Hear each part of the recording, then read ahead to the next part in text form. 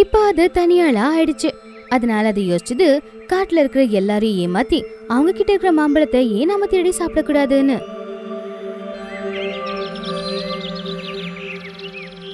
அட குறும்புக்கார குரங்கே, போனி குருவி உன்னை கூப்பிட்டுச்சு. அவன் உன்கிட்ட சொல்லிட்டு வானதான் என்ன அனுப்புனா. அப்படியா? சரி, நான் உன்னை பார்த்துட்டு வரேன். நீ என்னோட வீட்டை பார்த்துக்கோ. வீட்டில் மாம்பழம் இருக்கேன், ஏதாச்சும் பறவை வந்து சாப்பிட்றோம். கண்டிப்பா. சட்டோரி குருவி அந்த குறும்புக்கார குரங்கோட மாம்பழத்தை எடுத்துட்டு போயிடுச்சு. இந்த பக்கம் அதுக்குள்ள அந்த குறும்புக்கார குரங்கு போனி குருவி பார்க்க வந்துச்சு. போனி குருவி, நீ என்ன கூப்பிட்டியா? சட்டோரி குருவி என்கிட்ட சொல்லிச்சேன். இல்ல இல்ல குரங்கே, நான் உன்னை கூப்பிடவே இல்லையே. நீ உன்னோட வீட்டை எதுக்காக தனியா விட்டுட்டு வந்த? இல்லை, அங்கே பாதுகாப்புக்கு சட்டோரி குருவி இருக்கேன். உன்னோட வீட்ல மாம்பழம் இல்லல்ல?